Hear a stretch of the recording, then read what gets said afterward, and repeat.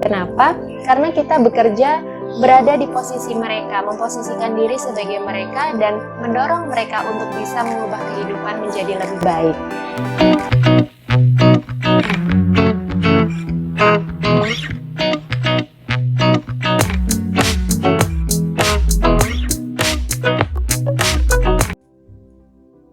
Halo, Assalamualaikum warahmatullahi wabarakatuh. Ketemu lagi di Turasih Channel bersama saya Turasih. Jangan lupa like dan subscribe ya. Terima kasih. Teman-teman semuanya, ketika kita berbicara pengembangan masyarakat, maka kita akan berbicara tentang pengembangan masyarakat sebagai ilmu sekaligus sebagai sebuah praktik. Nah, kalau sebagai ilmu adalah pengembangan masyarakat itu dipelajari bagaimana konteks pengembangan masyarakat berkaitan dengan pembangunan.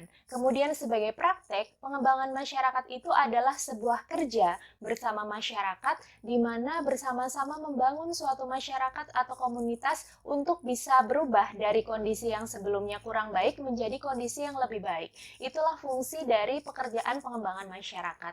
Lalu, pengembang masyarakat atau pekerja yang berhubungan dengan pengembangan masyarakat atau biasanya disebut fasilitator harus mempunyai skill-skill yang perlu diasah supaya pada saat terjun ke masyarakat atau bekerja bersama masyarakat tidak lagi terjadi kecanggungan atau kebingungan. Skill-skill apa saja yang harus dipelajari? Yuk kita cari tahu sama-sama. Nah, yang pertama adalah skill komunikasi. Skill komunikasi adalah bagaimana skill kita berbicara dengan masyarakat atau kemampuan kita menyampaikan informasi kepada masyarakat. Skill komunikasi ini tidak hanya tergantung dengan skill kita berbicara, tetapi berkaitan pula dengan cara kita mendengarkan masyarakat. Karena ketika kita bekerja dengan masyarakat, tentu saja banyak sekali obrolan-obrolan atau saran-saran atau keluh kesah dari masyarakat yang disampaikan berhubungan dengan persoalan-persoalan yang mereka hadapi. Jadi skill komunikasi ini sangat penting, tidak hanya terkait bagaimana kita menyampaikan informasi sebagai penyambung informasi, tetapi juga tentang bagaimana kita mendengarkan masyarakat.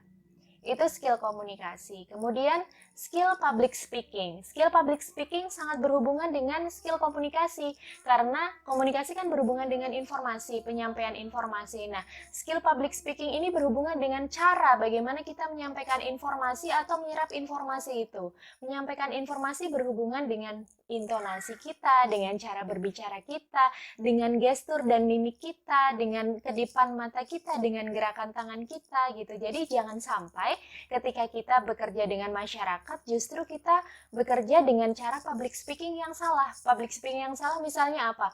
Kita bekerja di masyarakat tapi menggunakan cara public speaking sebagai MC misalnya seperti itu. Dalam kondisi tertentu mungkin bisa, tetapi ketika kita bekerja sehari-hari cara public speaking yang demikian tentu saja tidak diperkenankan atau kurang tepat. Nah, selain skill komunikasi, skill public speaking, yang diperlukan juga adalah skill organisatoris. Skill organisatoris adalah berhubungan dengan bagaimana kita bisa mengorganisasikan masyarakat, mengajak masyarakat untuk turut serta bergabung dalam sebuah kegiatan atau sebuah program. Jadi cara kita mengajak mereka, cara kita dengan santun dan baik untuk pelan-pelan bisa membimbing mereka supaya mereka mau ikut dalam kegiatan kita, itu diperlukan skill khusus juga, yaitu skill organisatoris. Bagaimana skill ini bisa dipelajari? Bisa dipelajari pelan-pelan di masyarakat atau di sekolah atau di bangku kuliah misalnya dengan cara kita mengikuti organisasi atau kegiatan-kegiatan yang sifatnya publik supaya kita bisa tahu bagaimana sih mengumpulkan orang-orang, bagaimana mendorong orang-orang supaya mau berkegiatan dan sebagainya. Itu skill organisatoris. Kemudian skill leadership. Skill leadership atau kepemimpinan berhubungan juga dengan skill organisatoris. Leadership itu bisa dilatih.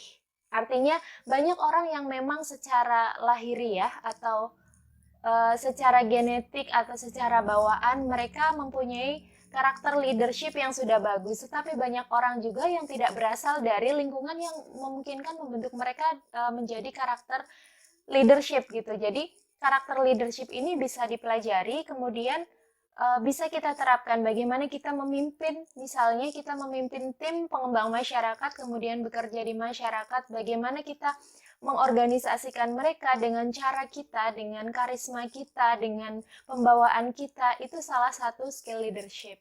Kemudian yang tidak kalah penting juga adalah skill bahasa, karena mengembangkan masyarakat tidak selalu dengan bahasa yang sama dengan bahasa yang kita pahami gitu. Ada juga misalnya kita adalah orang Jawa, tetapi ternyata masyarakat yang kita kembangkan adalah orang Sunda. Jadi kita harus menyesuaikan diri mau belajar menggunakan bahasa Sunda atau kita mengajak orang lokal supaya menerjemahkan untuk kita sehingga tidak terjadi miskomunikasi.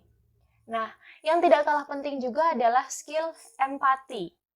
Empati ini sepertinya bukan skill, tetapi bagaimana kita bisa turut merasakan, memposisikan diri berada di posisi masyarakat, bagaimana perasaan mereka dengan kondisi kegiatan kita, dengan kondisi lingkungan mereka, itu adalah skill empati. Jadi skill empati ini menjadi salah satu titik temu supaya standar kita bertemu dengan standar masyarakat. Jadi tidak ada yang ketinggian atau tidak ada yang kerendahan. Ketika skill empati ini terbentuk, maka bisa mendorong supaya kita bisa lebih punya raport lagi atau kedekatan lagi dengan masyarakat. Baiklah teman-teman, itu tadi beberapa skill yang perlu dikuasai atau terus dikembangkan oleh seorang pengembang masyarakat supaya kita bisa bekerja dengan baik bersama masyarakat. Yang terpenting adalah kita menurunkan ego kita sebagai pengembang masyarakat. Kenapa? Karena kita bekerja berada di posisi mereka, memposisikan diri sebagai mereka dan mendorong mereka untuk bisa mengubah kehidupan menjadi lebih baik. Sekian, semoga bermanfaat. Assalamualaikum warahmatullahi wabarakatuh.